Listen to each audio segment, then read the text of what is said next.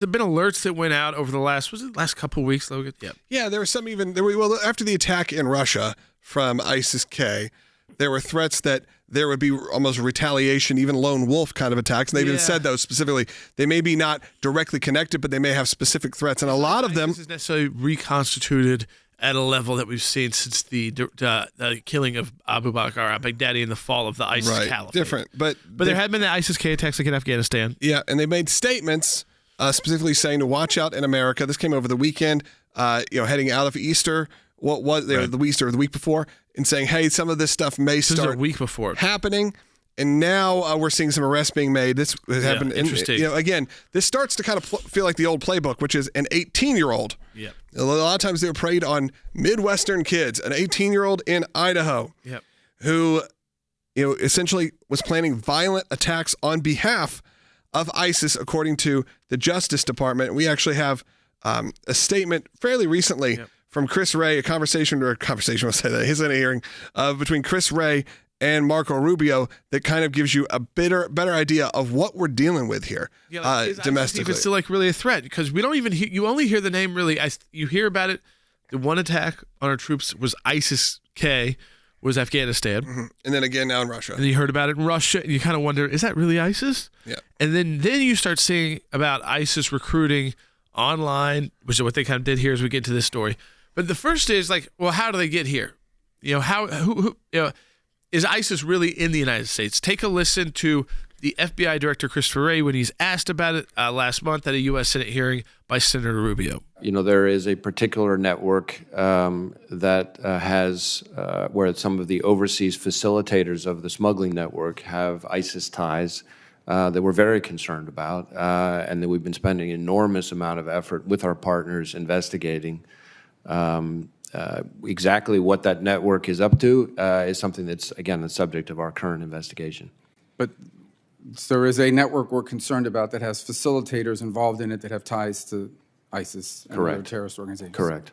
Okay, so you've got, Logan, confirmation there from the FBI that there are organizations and networks utilizing our open borders, if you want to call it that, the southern border, to be part of smuggling operations, which could also include smuggling in ISIS fighters. Yeah, and I have a feeling, though this is the one that's public, that this is happening all the time right now, that we're seeing it. There wouldn't be these nationwide alerts to be careful.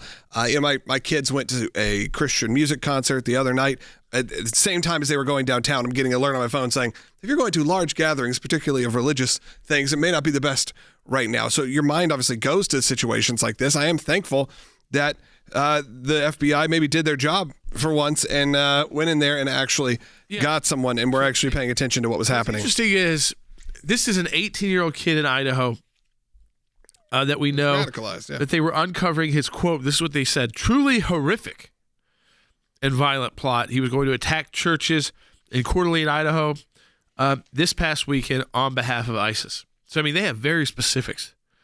Where, the kid, they name him, because he's now facing charges. So that's what's different than when they catch them here in the United States and they were able to, they are able to uncover his specific plot, where he was going to target. And again, I think we all realize now, just like in the rest of the world, places of worship, especially churches, if it's a Christian holiday, synagogues, anytime it's a Jewish holiday, because of these mass protest efforts we've also seen it since the war in Gaza, since the attacks on October 7th, Logan. There is a lot more radical activity going on. They put a lot of details out, so you have a good idea. But I am surprised. We usually this early don't get that much about who this is. Now, what good news that might be is that that's it. Usually you don't get more details because you don't want to identify, you don't want the other people who might be part of the plot to know that their plot has been. Yeah, essentially they said he was interacting with people online, posting social media content, clearly someone not in their right mind, posting this situation and saying they had pledged their support to ISIS and terrorist organizations. His attack involved using flame-covered weapons, explosives, knives, a machete, a pipe, and ultimately firearms. His plans grew more precise, and he eventually identified a specific church and date on which he planned to attack, which does beg the question, how do you feel currently in your places of worship? I am curious. I know that, look, I can't go into a movie theater. I can't go into a concert without at least, keeping your eyes out, knowing where the exit signs are, knowing where things, and it's a sad state when we're in that. But it's just security and police in those kind of places now. Yeah. And obviously, we've seen shootings at places of worship recently. I'd love to hear from you, 1-800-684-3110. You don't want to live in a spirit of fear. We don't want to have that be what we have to do in our places of worship. But we also want to have our eyes open heading into these, especially now, we're just recently getting out of the Easter holiday. Went out. I know that both of my kids' schools got additional security for that week. Yeah. Leading up because of that threat from the FBI. Now, they already had additional security because of a school shooting last year. Mm-hmm. So we've already upped the security to another level, which was pretty high. But they changed all their security levels. And then they brought in more security because of that FBI threat. I'm glad that the schools are responding to those FBI notices.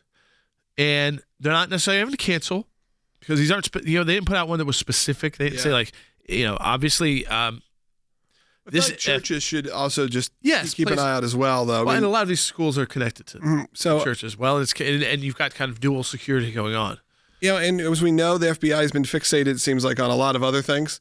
So the fact they actually have a force out there doing this. I think that they've seen the protest in the streets in the United States for Hamas, and you realize that kind of protest, when you have that many people willing to support Hamas, a lot of people there's going to be I'm not saying most of them, but there's going to be a smaller group of people within that group who may be the kind of people exactly that ISIS would want to target online to radicalize to do something violent. You're able to propagandize large groups of young people to take to the streets. You're right. There is certainly a percentage of those young people who are vulnerable and can be taken even more advantage of in terms of what they're going to try to get them to do. And that was clear in this situation. He was arrested and taken care of, but it is another threat that's going on. Let's go to Tara, who's calling in New York on line 1, watching on YouTube.